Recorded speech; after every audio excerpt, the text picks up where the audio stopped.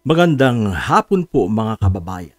Tayo po ay na-excite dahil mukhang matutuloy na ang impeachment trial sa Senado ng ating Vice Presidente mga kababayan.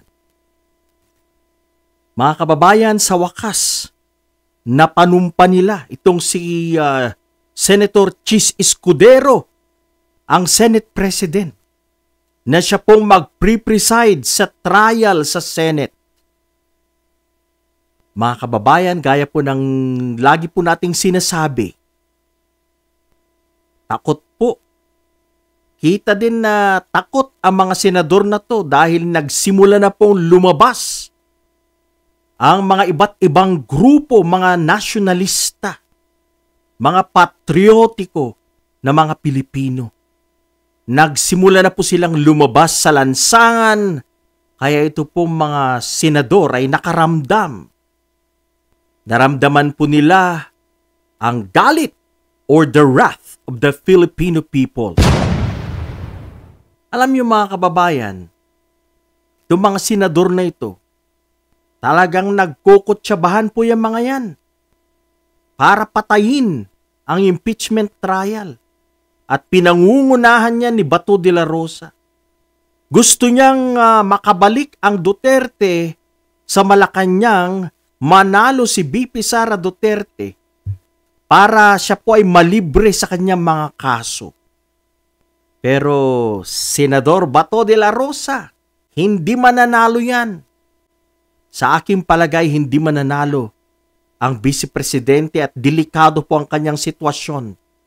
Kung siya ay convicted, hindi na siya pwedeng makatakbo sa 2028. Kaya itong si Senador Senator Bato de la Rosa, talagang todo tanggol po ito sa ating Vice Presidente.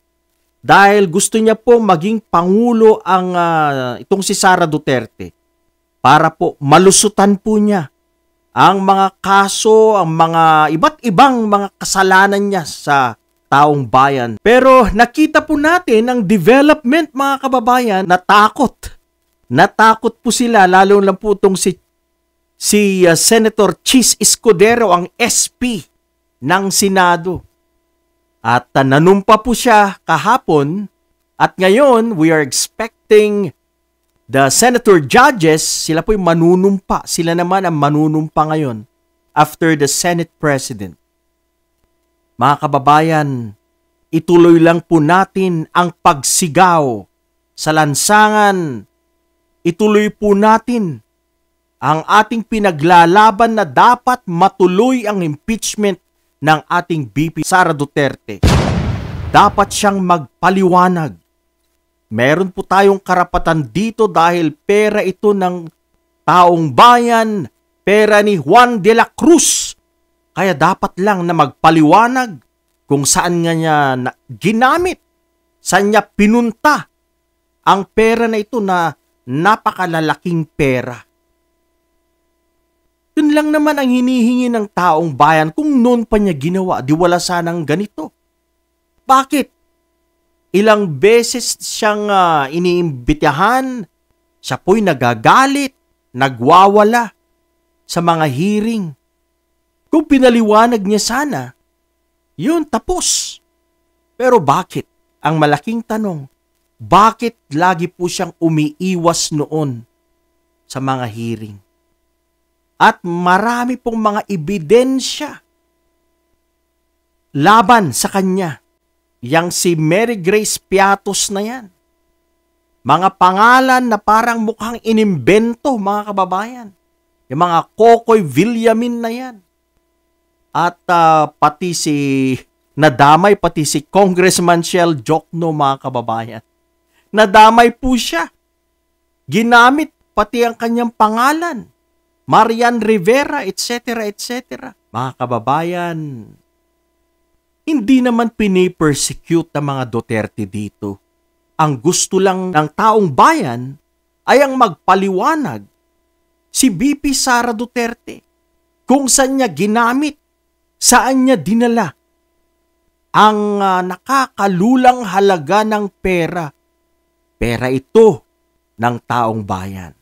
Mas marami man ang mga kakampi ni Sara Duterte sa Senado, pero dahil sa pressure na gagawin or ginagawa ng mga Pilipino sa lansangan, maaari po itong magbago. Lalo na po pag nakita ng taong bayan na maliwanag na may ginawang mali ang VP Sara Duterte at siya po ay pinanigan ng mga senador na to at sinabing no to conviction, abay, dyan na po magkakatalo. Dyan na po talaga magagalit ang taong bayan. Actually, ngayon, galit na po ang taong bayan. Ang mga senador gustong tsugiin ito pong impeachment trial. Pero huwag kayong magkakamali.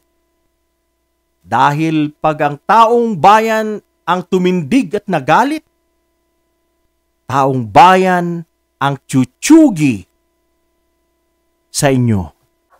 This is not a joke. Taong bayan ang mismong maghahabol sa inyo. Kaya mga kababayan, tutukan po natin ang trial na ito. Panuurin po natin ang magiging resulta ng trial na ito. I'm glad na finally matutuloy na ang impeachment trial. Yan po ang unang step para makamit po natin ang hustisya. Tignan po natin kung magiging reasonable ba ang judgment ng mga senador na to.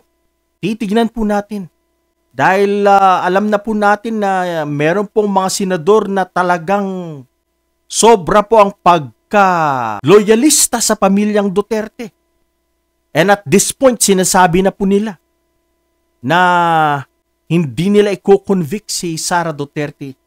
Napaka-bias po nila mga kababayan.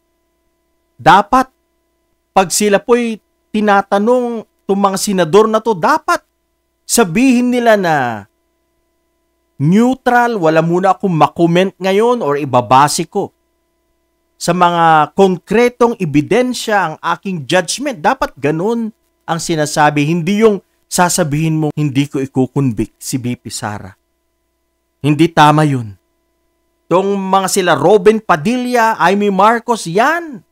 Maliwanag po yung mga yan. Dapat, itong mga senador na to, dapat mag-inhibit. Dahil kitang-kita po ang kanilang pagpabor sa Vice Presidente. Neutrality ang kailangan. Dapat, mga kababayan, bahala na po tayo. Bahala na po tayo kung makatarungan, kung tama ba ang sentensya ng mga senador na ito. Bahala na ang mga makabayang Pilipino. Sana naman mga kababayan, magwagi ang katotohanan dito. Sana magwagi ang hustisya para sa sambayan ng Pilipino. Alright mga kababayan, hanggang dito lang muna ang aking maikling pagtalakay sa mainit na issue po na ito. Ang impeachment trial ni Sara Duterte dahil po sa pressure na ginagawa ng mga Pilipino sa kalye